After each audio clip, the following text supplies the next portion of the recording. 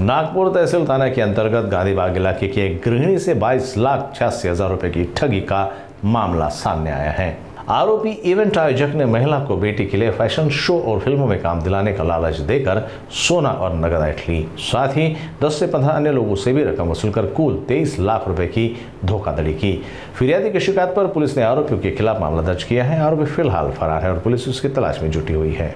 फिर्यादी नगमा शेख यांनी तक्रार दिलेली आहे की आरोपी रुशान उर्फ काशिफ खान याच्याबरोबर त्यांची ओळख एका मुलांच्या फॅशन शोमध्ये झालेली होती आणि त्यावेळेस त्यांनी फिर्यादी यांना असं आमिष दाखवलं होतं की ते त्यांच्या बालकाला फॅशन शोमध्ये संधी देऊ शकतात, ॲडव्हर्टाईजमध्ये संधी देऊ शकतात आणि ह्याच्याकरता जी काही फीस लागेल ती त्यांना द्यावी लागेल।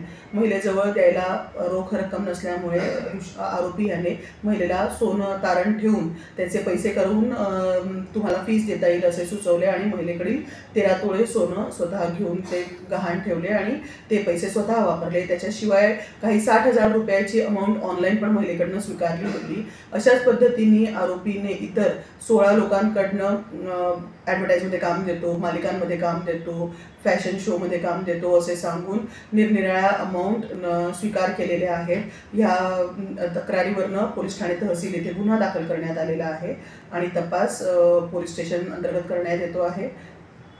यामध्ये आम्ही असं आवाहन करू लोकांना की अशा पद्धतीने कुठल्याही पद्धतीने आमिष देणारे जे ठग लोक असतात ते जे पण काही खोटे आमिष देतात आहे त्याची पहिले नागरिकांनी खात्री करायला पाहिजे। ते समजा म्हणतात की आम्ही कुठल्या ठिकाणी तुम्हाला काम देऊ शकतो तर खरंच त्यांची ती कॅपॅसिटी आहे का, ते त्या पदावर आहेत काय, तेवढं त्यांनी पूर्वी काही काम केलेलं आहे का, कोणाला काम दिलेलं आहे का याबद्दल पूर्ण खात्री करावी आणि त्यानंतरच कोणालाही पैसे द्यावे। पैसे जेव्हाही केव्हा देवाणघेवाण होतील तेव्हा एक ॲग्रीमेंट करून लिखित करार करून आणि जे पण काही पैसे दिले जातील ते योग्य बँक मार्फतीनेच देण्यात यावे असे आवाहन आम्ही करू आणि खोट्या भूलथापांना फसू नये, खोट्या आमिषांना फसू नये, सावधान राहावं, सतर्क राहावं असं आम्ही आवाहन करू जनतेला।